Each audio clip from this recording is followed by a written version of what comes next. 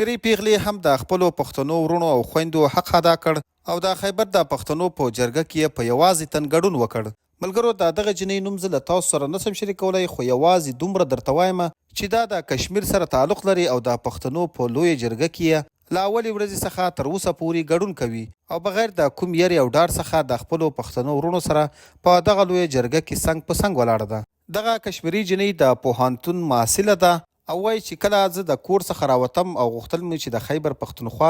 د خیبر لوی جرګه کې ګډون وکړم، نو په کور کې زما مشر ورور او مور مې زه ډېره زیاته پوه کړم چې هلته مه ځه، هلته به ستا سر ته ډېره غټه خطره وي. دغه جنۍ وایي چې ما خپل مور او پلار او مشر ورور پوه کړ چې پښتانه په خپله ځمکه باندې ښځې ته څومره سکیورټي او امن ورکوي، داسې تحفظ د دنیا هیڅ یو قوم هم ښځې ته نشي ورکولی. دغه جنۍ وایي چې کله زه د خپل کور څخه راوتم نو زما مور او پلار او ورور ژړل او په دې یره کې وو چې خدای مه کړه زما ته دلته په خیبر پښتونخوا کې څه ضرر ونه رسېږي.